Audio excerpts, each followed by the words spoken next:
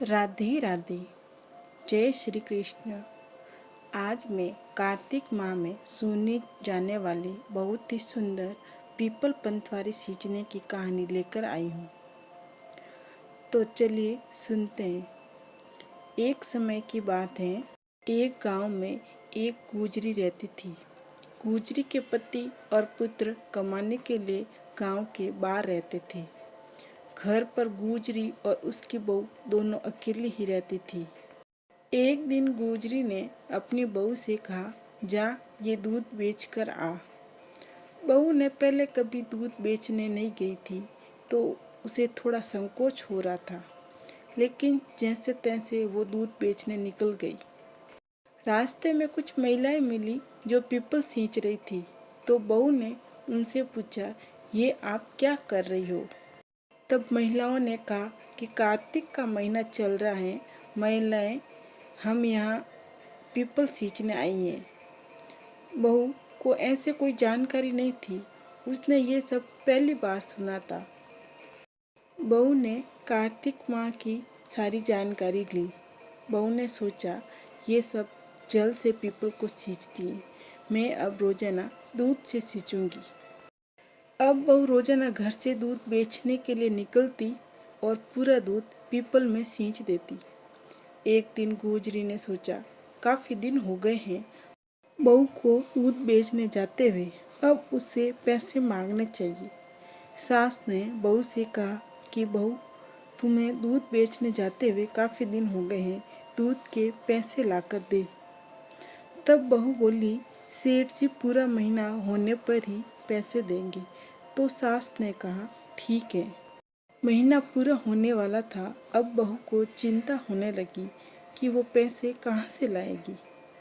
महीना पूरा हुआ। सास ने बहू से दूध के पैसे मांगे। बहू पीपल के पेड़ के नीचे जाकर जोर जोर से रोने लगी। तभी पीपल बोला, तुम रो क्यों रही हो? बहू ने कहा, मेरी सास मेरे से दूध के पैसे मांग रही हैं। दूध तो मैंने पूरा पीपल को सींच दिया, अब पैसे कहाँ से लाऊं? तब पीपल बोला, मेरे पास पैसे तो नहीं हैं, मेरे पास ये सूखी टहनियाँ और पत्थर हैं, इसे ले जा और अपने घर के गुल्लक में डाल देना। बहू ने ऐसा ही किया। घर आई तो सास ने पैसे मांगे तो उसने गुल्लक दे दिया। सास ने गुल्लक को तोड़ा तो उसमें से हीरे मोती निकले। ये सब देख सास और बहू अचंभित रह गई। सास ने बहू से कहा, ये कहाँ से लाई हो? ये तो बहुत ज़्यादा है। तब बहू ने सारी बात बताई तो सास ने कहा, अब की बार मैं पीपल सींचूंगी। फिर से कार्तिक का महीना आया। सास दूध बेचने गई। सास पीपल के पास जाकर सोचने लगी, यह पूरा दूध पीपल में सींचूंगी तो ऐसे ही खराब होगा। तो वो दूध को पूरा बेच देती है और दूध के बर्तन को धोकर पीपल में सींच देती हैं। ऐसा करते हुए कार्तिक का महीना पूरा हुआ।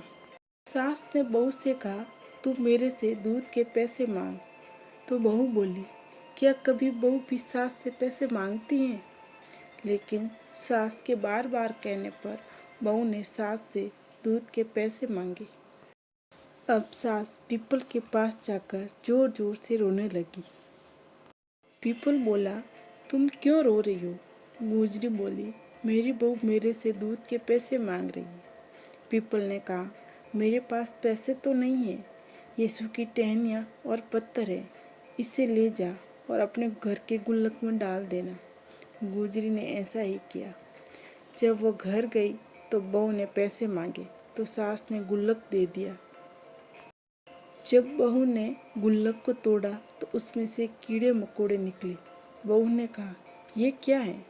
कीड़े मकोड़े देखकर सास भी हैरान रह गई और बोली, पीपल पतवारी ने तुझे तो धन दिया और मुझे कीड़े मकोड़े क्यों दिए? तभी कार्तिक के देव प्रकट हुए और बोले, तुम्हारी बहू ने कार्तिक पूजन सच्चे मन से किया और तुमने लालच में आकर कार्तिक का पूजन किया। सास ने कार्तिक के देव से क्षमा मांगी और बोली, हे कार्तिक के देव, मेरी भूल क्षमा करें।